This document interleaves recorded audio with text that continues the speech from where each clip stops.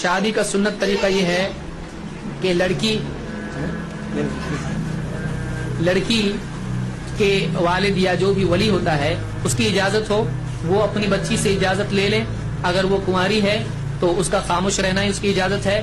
اگر کنواری نہیں ہے تو وہ زبان سے بتا سکتی کہ ہاں میں شادی کے لیے تیار ہوں، نکاح کے لیے تیار ہوں.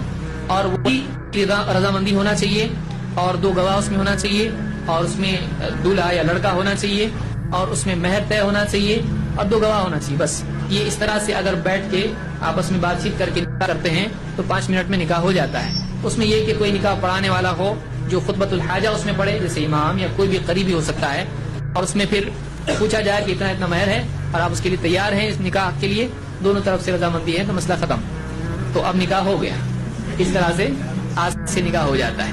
اتنا بڑا اس کے لیے مسئلہ 1 مہینے پہلے جمع ہو رہے ہیں، پھر پورے رشتے دار آ رہے ہیں، پھر کھا پی کے پھر جا رہے ہیں، پھر شادی کو آ رہے ہیں، پھر جا رہے ہیں، پھر ولیمے کو آ رہے ہیں. تو یہ اس طرح سے یعنی منگنی، ہلدی اور یہ ساری خرافات یہ نکاح میں نہیں ہے. یہ سنت نہیں بلکہ بدعت ہے. نکاح بہت آسان ہے.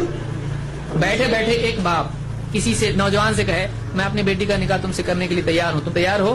اور 4-5 آدمی بیٹھے مجلس میں، وہ کہے ٹھیک ہے میرے پاس ہے، مہر میں دینے کے لیے تیار ہوں، ٹھیک ہے، ہاں ہاں، ختم ہو گیا نکاح.